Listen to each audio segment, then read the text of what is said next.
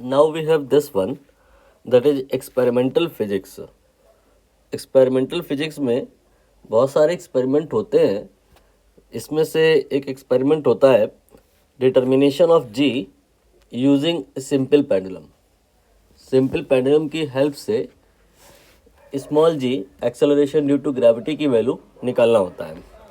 पहले मैं थोड़ी सी थ्योरी ब्रीफ कर दूं, इसके बाद फिर आप इस क्वेश्चन को कर लेना। सिंपल पेंडुलम क्या होता है? इसमें एक रिजिड सपोर्ट होता है, एक थ्रेड होती है, स्ट्रिंग होती है, रस्सी होती है। इसके अपर एंड को रिजिड सपोर्ट से आपने फिक्स कर देना होता है और लोअर एंड पे एक हैवी बॉल अटैच कर देनी होती है। आप इसे बॉब भी बोल सकते हो। देन आफ्टर इसके बाद में इसको आप कुछ डिस्प्लेस कर देते हो इस बॉब को। स्मॉल एंगल, बहुत ज़्यादा एंगल नहीं होना चाहिए, 2-4-10 डिग्री तक बहुत है। सपोज करिए पॉइंट ए तक, फिर आप छोड़ देते हो तो बिकॉज ऑफ ग्रेविटी ये वापस बी पर आता है और दूसरी तरफ भी चला जाता है। दूसरी तरफ उतनी दूर जाता है जितनी दूर से आपने इसको रिलीज़ किया था। कंडीशन है एयर का रेजिस्टेंस इग्नोर करना है और फिर यहाँ पर ऑसिलेशन सेटअप हो जाता है। ऐसे ऐसे ऑसिलेट होने लगता है। इस ऑसिलेशन का जो टाइम पीरियड होता है उसका फॉर्मूला हमें याद करना होता है, T = 2π √L/g। यहाँ पर इसी फॉर्मूले का यूज़ करते हैं स्मॉल जी को डिटरमाइन करने के लिए।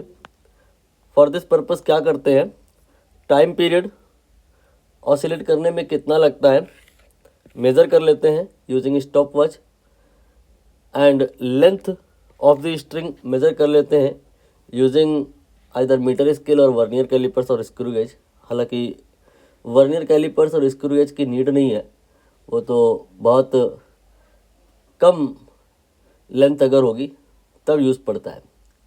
मोस्टली ये जो स्ट्रिंग होती है ये 1 मीटर 2 मीटर या आधे मीटर की होती है, बहुत ज़्यादा छोटी नहीं होती है, इसलिए वर्नियर कैलिपर्स और स्क्रू गेज की नीड नहीं पड़ती है।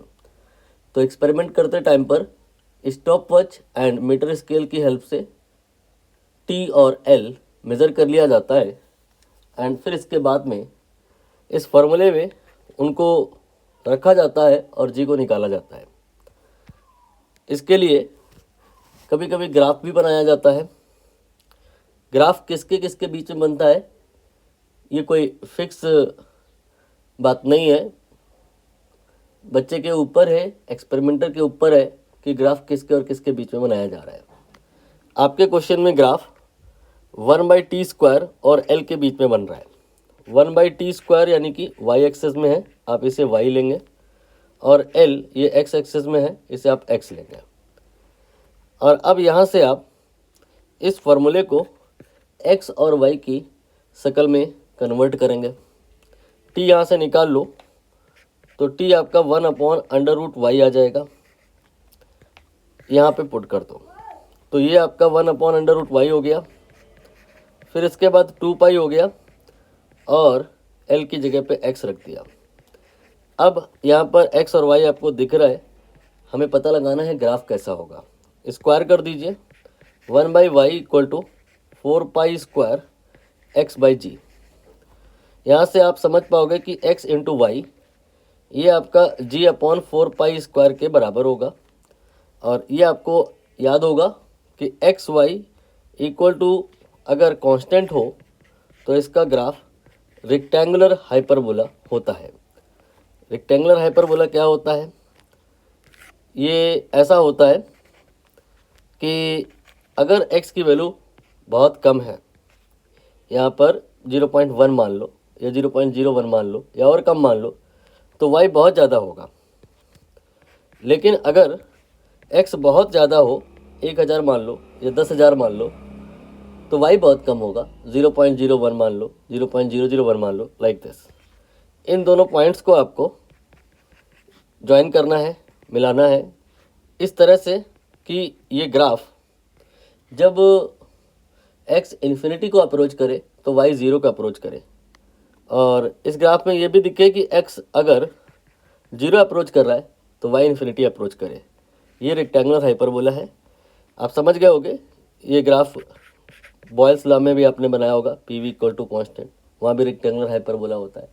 ऐसे हजारों जगह होती है। बेसिक थीम समझनी है कि कहीं भी X Y equal to constant है तो जो p इंटू वी होगा, सॉरी जो ग्राफ होगा वो रेक्टेंगुलर हाइपरबोला होगा। यहाँ भी आंसर आपका रेक्टेंगुलर हाइपरबोला यही आएगा। आंसर मैच करा लिया जाए, देख लेते हैं, ये रहा।